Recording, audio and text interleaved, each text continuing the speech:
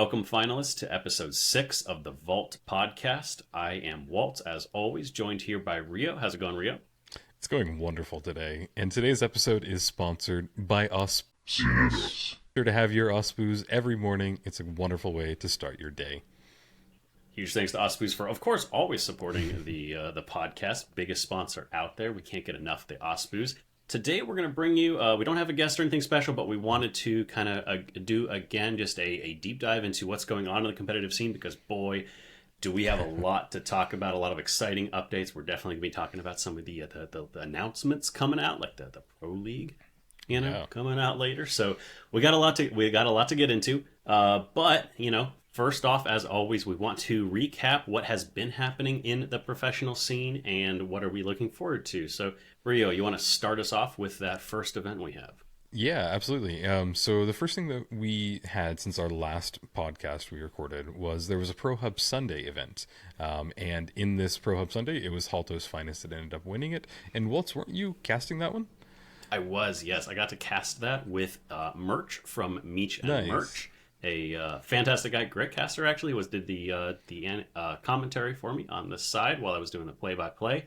And you definitely should check out Meech and Merch. It's a couple that streams together. They do customs on Saturday nights, actually. Oh, that's awesome. So you should definitely check them out. But I had a great time casting that. And like you said, Holthouse Finest won.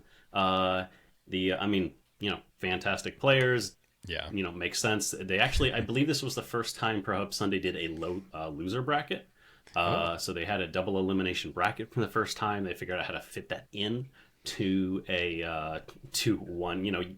You got to make it quick, otherwise a loser bracket gets too long. But they did best of ones for the loser bracket, which I think was a good way to go about that. And then I wanted to give a shout out to second place because we had our interview with a telco the last episode, and his twin brother Nox actually his team came in second place with Nox, OG, and Sexy Bunny. So congrats to them, congrats to everybody. Akira. Are they keeping that team? Are they still playing as Akira? Do you know?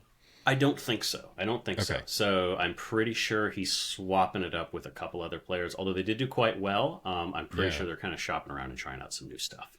It makes sense, honestly. This is the time that you try and find your footing, trying to find kind of where you want to be and who you want to play with, because a lot's coming up. And then the last thing is that they actually did do a teaser for the Pro League, which was cool because they threw in some of clips that I was casting with Sensoyo.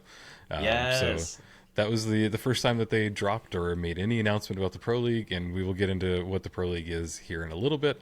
But I guess that's our teaser for a little bit later in the video.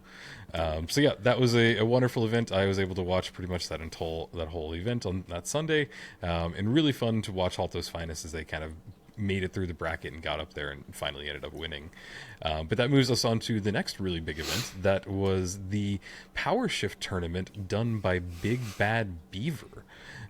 So he basically set up this event with a ton of people in the content creating community, lots of YouTubers, lots of big names. Thixie was there. Who else did you say came back from it? You were just telling me somebody. Oh yeah, Elvin, one of the Elvin top players came back from season 1 and 2, decided to come back for this. Yeah, I've actually done some casting with Elvin, so I'm always happy to see him coming back. Delightful. The guy's got a really nice positive attitude pretty much the entire time I've worked with him. So cool to see some people come back. But it was eventually won by a team, and I'm going to list off their name: Rosino, Sanguine Knights, Water Dance.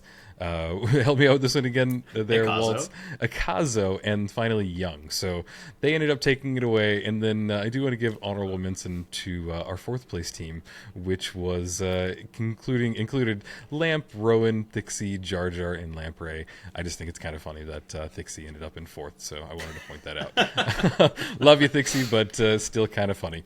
And then other things that were going on. Do you want to talk about the Gunbuck tournament, Waltz? I do. I actually want to circle back just quickly talk about the Powershift event, because I actually found it really interesting. In terms of format, not like I mean, overall it was pretty simple. It was just like a quick like upper and lower. You win one, you win your first match, go to the grand finals. You lose, you go to the next one. You play for third, fourth. Pretty simple event. But it was kind of neat. He did this neat system in the best of five groups for the upper and losers finals, where first match is fine, but if you lose your match, you get to give the other team a modifier for the second match. Cool. So you lose your match, and then all of a sudden you say, okay, the enemy team has to play all melee, or you get to ban a specialization, a weapon, and a gadget, things like that, or you get to force the enemy team to play all of a single class. Interesting. Yeah, so it was kind of fun, I mean, he really went with the content creator side of it. It was, I mean, obviously competitive. I think the finals is worth checking out. We'll be dropping a link to that, of course. That ended up being for a $1,000 prize pool. Yeah, that's massive. But so definitely worth checking out. But it was sort of a fun event because the modifiers pushed it to five games, obviously, because you had these modifiers thrown in, and it ended up being very entertaining to watch. So I recommend checking that out. And like you said, lots of people were in there: Plop Arn, STN, Pure Strafes, Impew. So lots of players that are the top players or content creators. Really cool to see. Well, and it sounds like the modifiers definitely had an impact too. So that in itself is unique and something that you should watch it for, because there's a lot of experimenting happening right now in the scene and just formats, and it's kind of cool to push beyond what we have right now, the boundaries, try something a little different. It might work. I mean, you're familiar with it. You did a melee only tournament, so I think pushing boundaries is fun. But yeah, no, really cool event. Love that we're getting more kind of events like this happening just in the scene. Yeah, and like you said, speaking of more events that's happening, obviously we talked for quite a while about the Gunbuck event.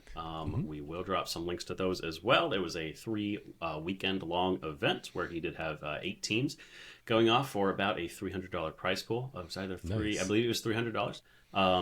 That one ended up being won by Udrakoni. Let me check here. Udrakoni Inc. and Rio Ryujin. You should definitely check that out. Overall, I think you should check out everything Guy does. He is a very, very positive, really fun guy to watch. Really enjoy talking to him and then playing some games with him as well.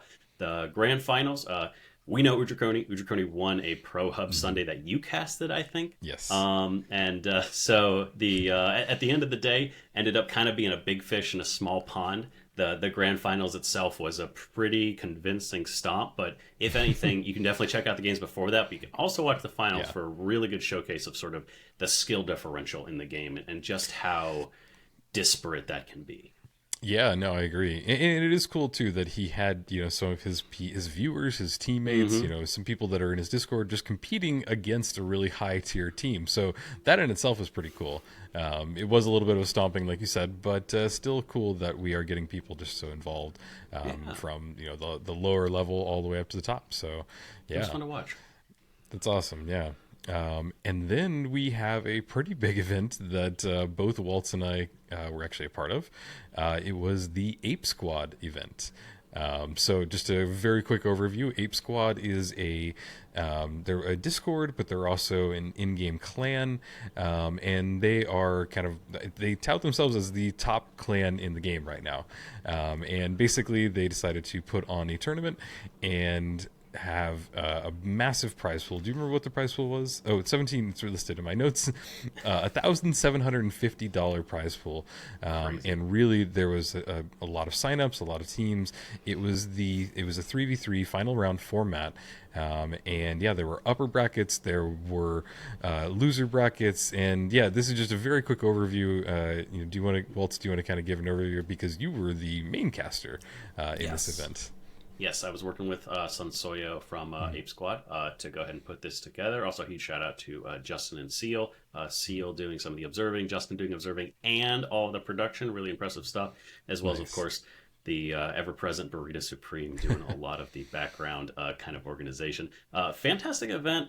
You can watch a lot of the VODs from the secondary creators. One of the fun things they did is they had a double elimination bracket, but every single match got streamed, even the ones that we couldn't catch on the main bracket. So it still ended up taking, I think, about 5 hours. Maybe 5. It was about 5.5 hours overall, just to get through everything. And it would have taken way longer if we tried to do everything. So people like you, Rio, you did some casting for that as well, just to make sure everybody could see themselves play. It was a really cool event. Fantastic games. Really exciting stuff to watch. It did start at a $250 prize pool, and a lot of donations punched that thing up. to the stratosphere. We had, I think, $500 for Embark as well. Yeah, I think so came too. in. But one of the things that I wanted to talk about with that event, because it was an exciting event, it was cool that the format itself was, I mean, outside of the double elimination bracket, was fairly standard. But one of the things that we saw that I was really interested in, first off, so Uni, Lasagna, and Maddow were the team that won. Yeah. They were the team Noodles, or Nudes as they said. And is so funny. And they won against Holthouse Finest. And the upper bracket was really, really cool.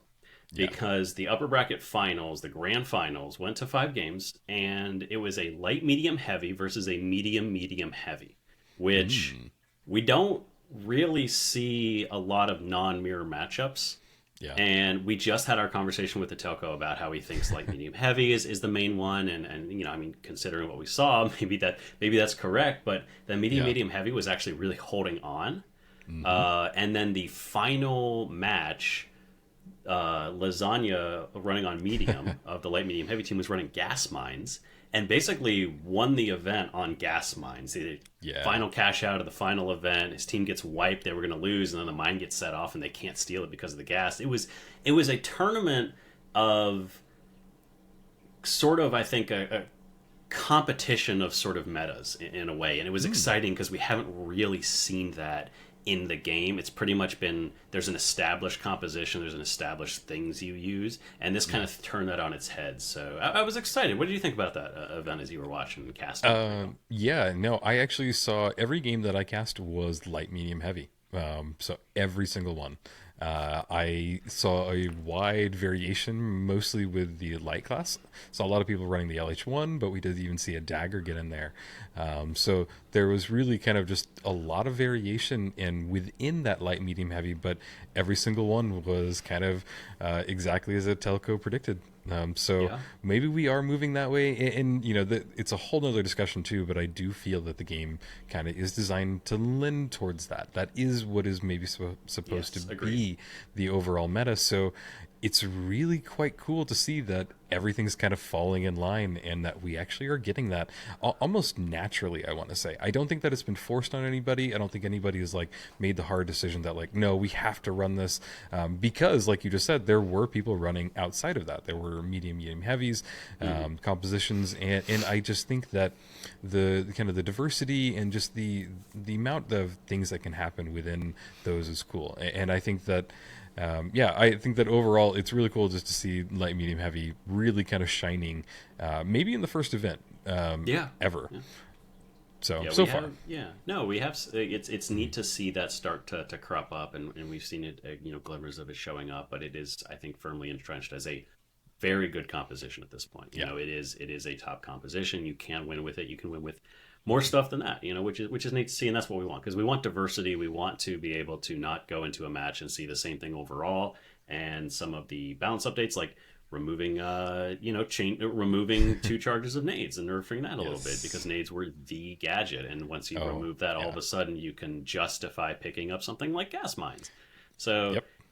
It's exciting to see. It was a really fun event, and I think as we move forward, we're hopefully going to see that sort of experimentation change up a little bit, especially as we move into our talk about our upcoming events. Because, like you mentioned, we have our Pro League, and this is not just a one-time event. This is going to be about a 2-month long stretch of consistent games. And hopefully we'll see a lot of teams trying some really interesting stuff. So do you want to tee that up for us there as we kind of get into the meat and potatoes of our discussion today? Absolutely. Yeah. So as we mentioned before, there was a teaser on the last Pro Hub Sunday for a league that's kicking off. It's going to be called the Pro League. And basically it is intended to be kind of the proving grounds for everybody as we move towards the major. So that's a pretty big thing to stay.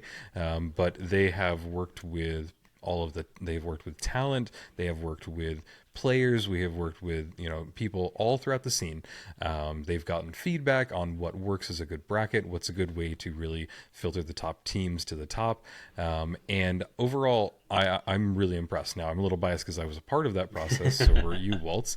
But we as individuals devoted a lot of our time to give our ideas, give our feedback, and then the people behind the scenes devoted 10 times that to really work on the brackets, work on this whole league. And overall, I am very impressed with what they came out with, and I just can't believe that it's actually about to kick off.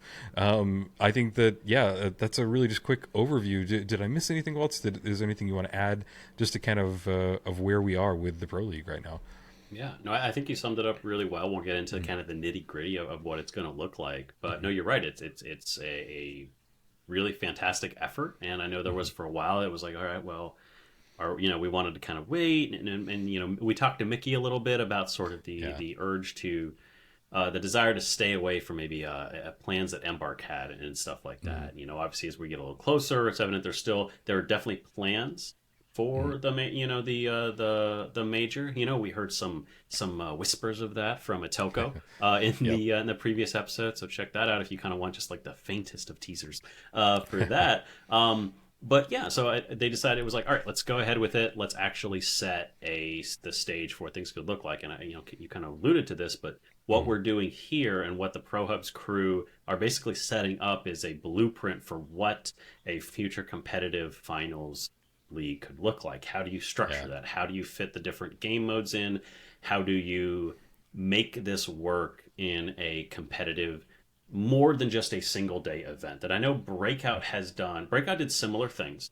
Breakout did kind of have their year-long event. I think the big difference between this is that Breakout was Breakout was very isolated, I felt, between like one-day events that then qualified you and led to the next thing. Whereas this is very much a consistent, like, multi-week thing where everything builds. So I think this is probably maybe the time to jump into some of the details of it. Because by the time this goes out, so there are qualifiers for this event. I'll say this right now before we get to it, before people start to drone out as I talk. But there are qualifiers on the 1st and the 15th. If you want to participate, there are open slots. These are open qualifiers. Anybody can participate. You just have to sign up with the team. So if you wish to do that, there are links below. You can check those out in the description, and you can sign up. We may have this out after the first qualifier, but there's still a chance for the second one if it is out after the first. So make sure to check that out.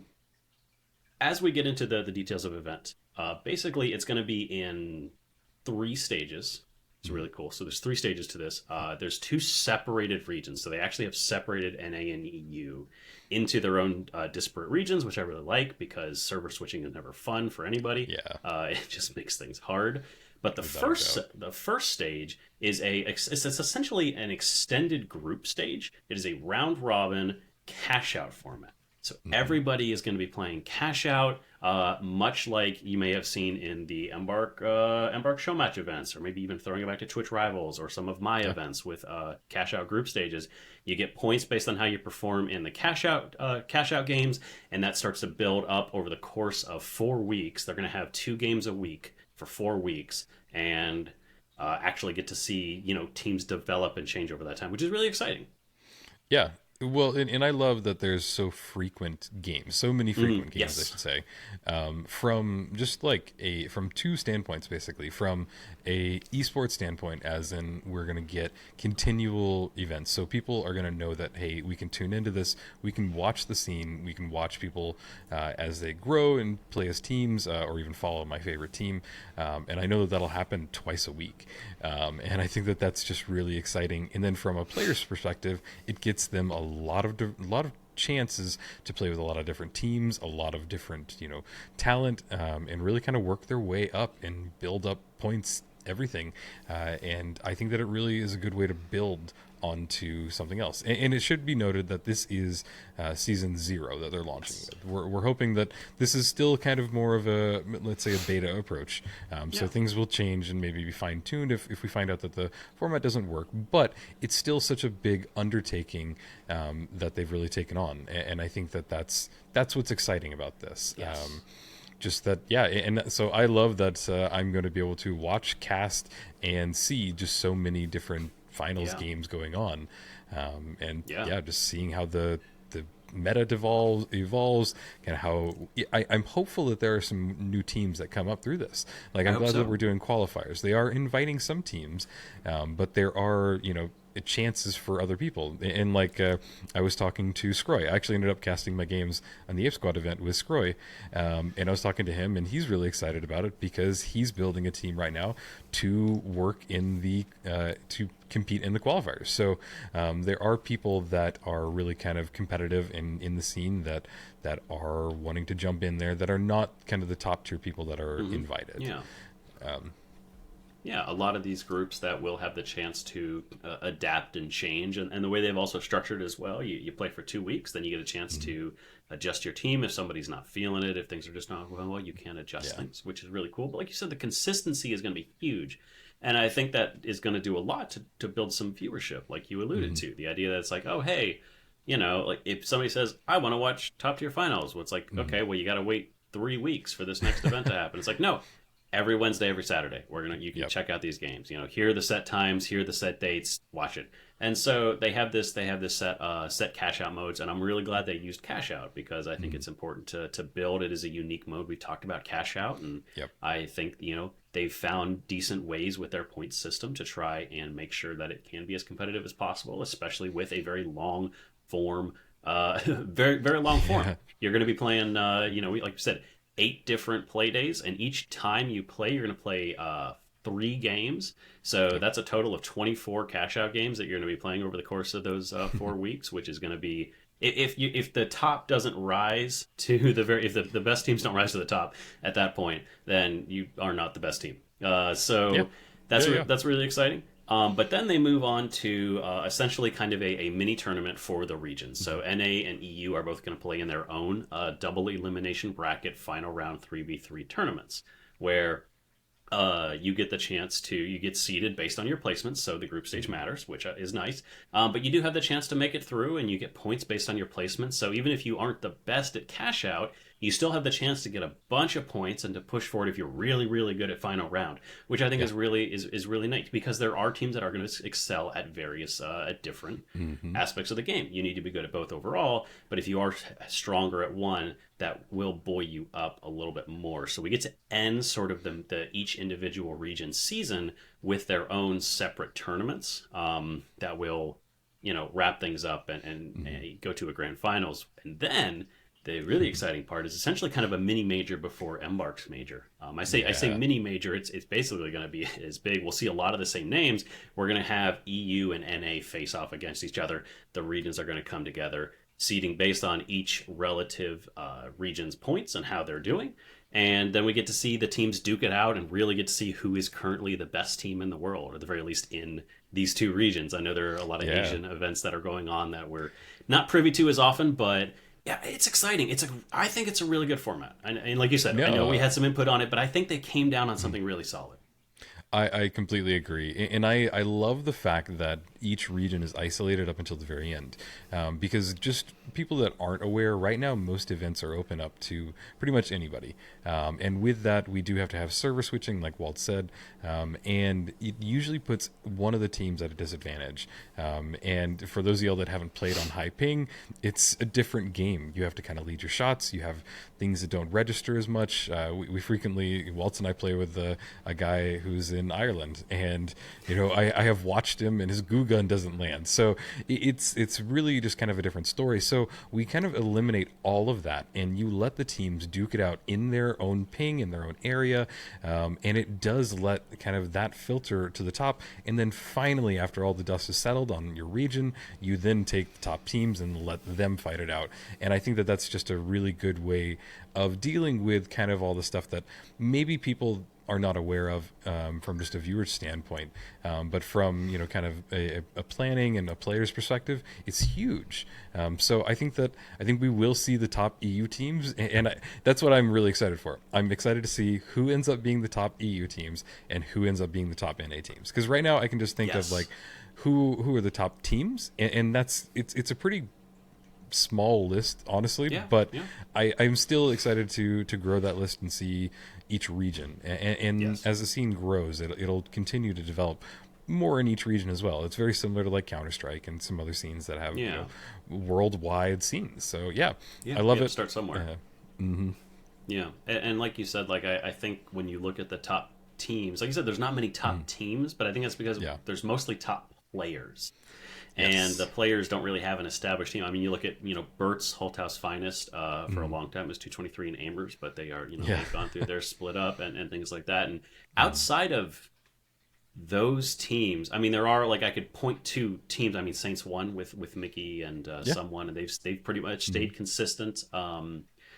But outside of that, there's not a ton of teams that stay really, really consistent, mostly because there's not enough events, and people will flow in and out. So this will be really exciting to get to watch as players sort of grow with their team and adapt and to sort of improve. I hope it goes really well. I think it's going to be really solid. There are definitely some pain points, like you said, this is season 0. We have to see how things go. There's always potentially going to be rule issues, like how do you manage this? What happens if a team is found to be cheating? Things of that nature. They do have a they are going to be using a system called Moss, which is used in Rainbow Six to keep the cheating down to a minimum, to try to manage that as much as possible. I know they take that very seriously. They recently had a meeting as well where they got together and they had a guy they were worried about who was doing some cheating, had him run through a whole litany of stuff, boot up, reboot, restart, unplug this, plug this back in, get off your network, get back on your network, do this, shoot here. It was a very extensive process.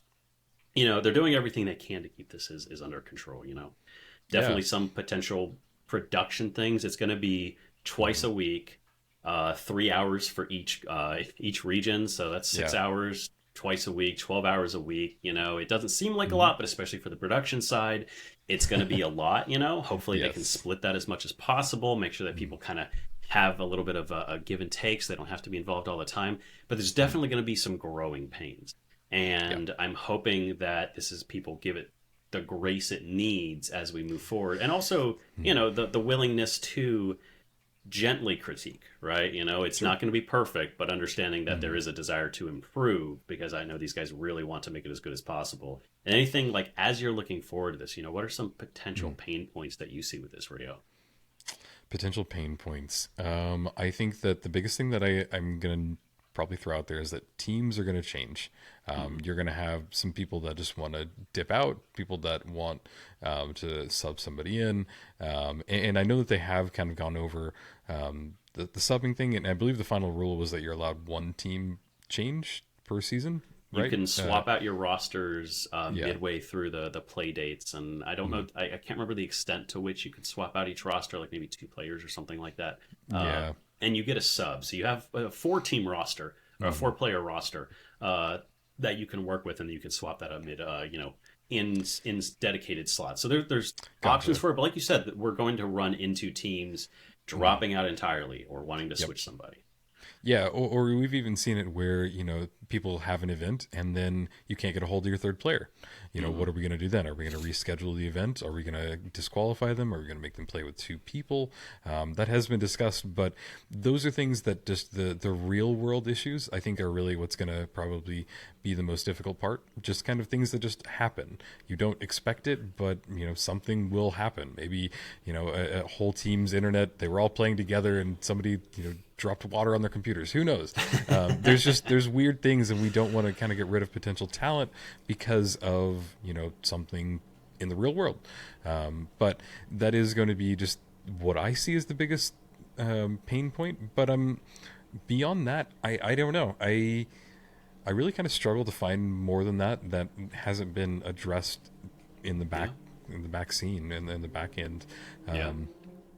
It's also a lot, just from a commitment standpoint, from casters, from talent, or from, like players as well.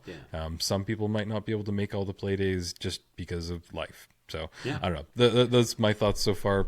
But I want to cast a very hopeful viewpoint on it. That even with all of those things, that I don't think that it's going to destroy this league. I don't think it's going to destroy anything that's going forward.